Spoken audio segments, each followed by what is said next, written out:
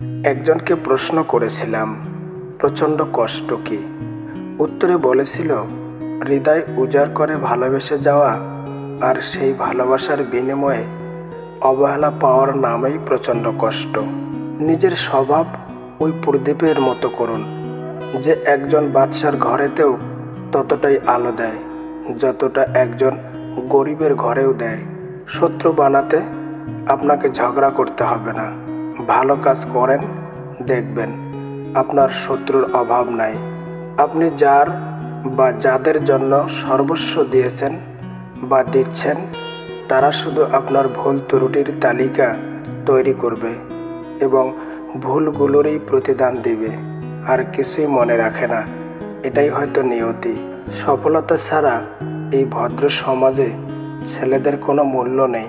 কি ভাবছেন লোকের উপকার করে খুব মহান হবেন? ভুল ভাবছেন।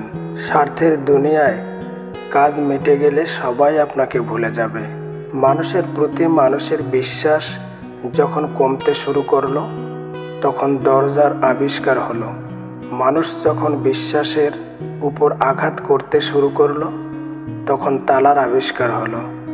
আর যখন মানুষের উপর থেকে কচু পাতা দেখেছেন নিশ্চয়ই, উপরটা সবুজ কিন্তু ভিতরটা চুলকানিতে ভরা। তেমনই কিছু মানুষ আছে, উপরে মানুষের মতো দেখতে হলেও ভিতরটা আবর্জনাতে ভরা। একটা কাক টিয়াকে জিজ্ঞেস করলো, তুমি খাঁচায় কেন? টিয়া দুঃখ ভরা মন নিয়ে বলল, আমি কথা বলতে পারি তাই। কিছু মানুষের স্বভাব কোনো দিনেও পাল্টাবে না। তাদের যতই ভালোবাসা দেন, তারা স্বার্থপরেই থাকবে। স্মৃতি সে সুখের হোক বা বেদনার হোক, সবসময় দুঃখের কারণ হয়।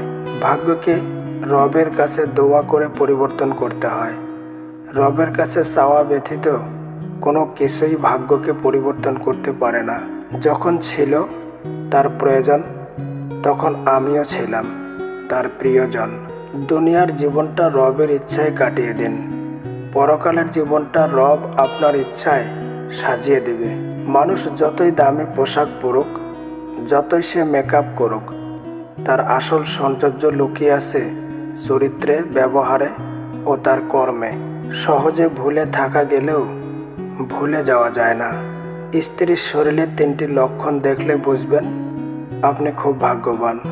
নাম্বার 1, যে স্ত্রীর রূপচর্চার প্রতি এত আগ্রহ নেই।